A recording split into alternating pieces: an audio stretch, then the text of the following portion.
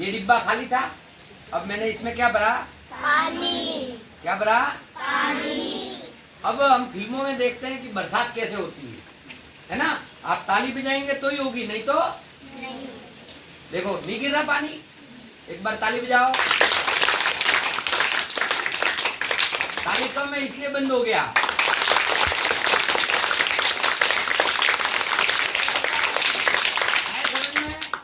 आया समझ में? ऐसा इसलिए होता है क्योंकि इसके ऊपर मैंने एक छेद कर रखा है। यहाँ बहुत सारे बारीक छेद कर रखे हैं, यहाँ ऊपर एक छेद कर रखा है। जब मैं इस छेद पर हाथ रखता हूँ तो क्या है, वायु अंदर नहीं जा पाती। वायु अंदर नहीं जा पाती। इस डिब्बे में नहीं जा पाती। बाहर वाले वायुमंडल की वायु अंदर नहीं जा सकती। और जैसे मैं थोड़ा सा हाथ को हटाता हूँ तो वायु अंदर जाती है, तो वायुमंडल की वायु इसके ऊपर दबाव डालती है इस पानी पे, और पानी ये नीचे जो छोटे छोटे छेद किए हैं इनसे बाहर निकलता है। ये प्रयोग एक प्रैक्टिकल का है, साइंस का, और इसमें ये बताया गया है कि वायु दाब की वजह से पानी नीचे गिरता। और फिल्मों में भी जो आर्टिफिशियल यानी कृत्रिम बरसात होती है, क्योंकि हर समय तो बरसात नहीं होती ना, तो वो बरसात करवाई जाती है तो इसी सिस्टम पर आधारित होती। आया समझ में? आया समझ में? होता है कि कई सारे बच्चे होते हैं ना, तो उनको कहते हैं लोग कि अरे इसको तो नजर लग गई है ना, नजर लग गई, और फिर एक लोटे में पानी भर के, और इसको ऐसे करते हैं लोटे में पानी भर के, ये छलनी, और इस छलनी से अगर पानी गिरा तो नजर नहीं लगी है, पानी गिरा तो नजर।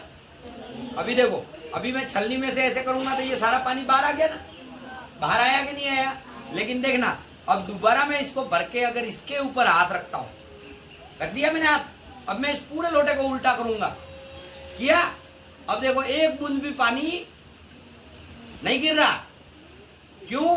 क्योंकि यहाँ पर इस लोटे के अंदर जितने पानी की कैपेसिटी थी इतनी हवा भरी हुई, अंदर पानी जितना है इतनी हवा भरी हुई है ऊपर के भाग में इधर।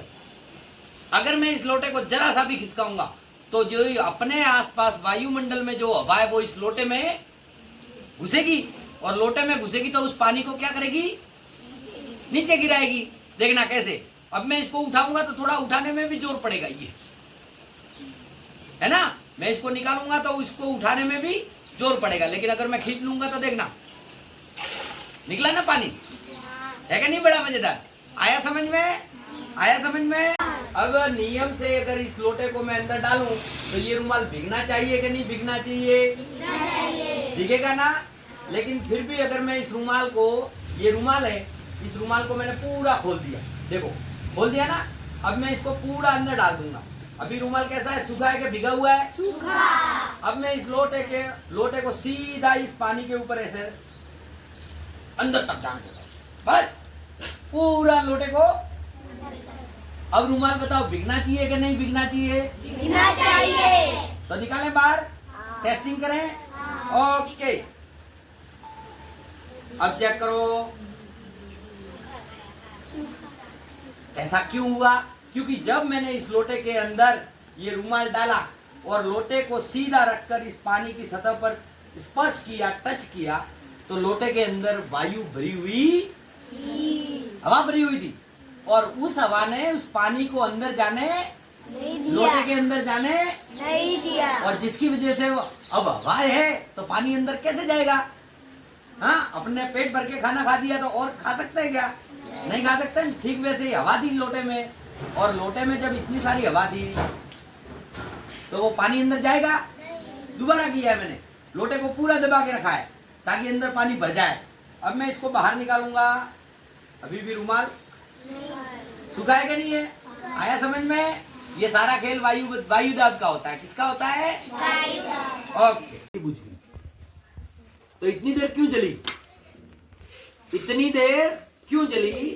क्योंकि इसके अंदर जब तक वायु थी, कौन सी वायु? ऑक्सीजन।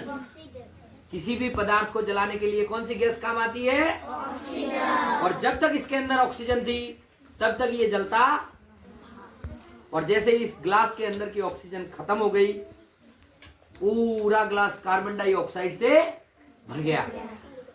और कार्बन डाइऑक्साइड से भरने की वजह से क्या हुआ? अंदर की जो अग्नि थी, आग थी, वो बुझ गई। और दोबारा देखो, आया समझ में?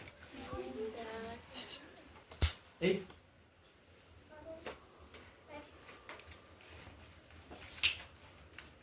अब देखो, जैसे जैसे मैं इसके पास लेके जाऊंगा, जब तक इस ग्लास में वायु है, ऑक्सीजन है, तब तक ये जलता रहेगा। जल रहा है, अभी देखो तेज जल रहा है। अगर मैं थोड़ा सा भी पास में करूंगा तो ये धीरे धीरे कम हो रहा है कि नहीं? अब ये ग्लास दूर है, फूंक मारी, अभी जल रहा है, देखो कितनी देर जल रहा है, अब जाके अभी भी जल रहा है। ओहो, अब बुझा। तो ये इतनी देर क्यों जला? क्योंकि जब तक इस ग्लास के अंदर ऑक्सीजन थी तब तक ही जला। आया समझ में? आया समझ में?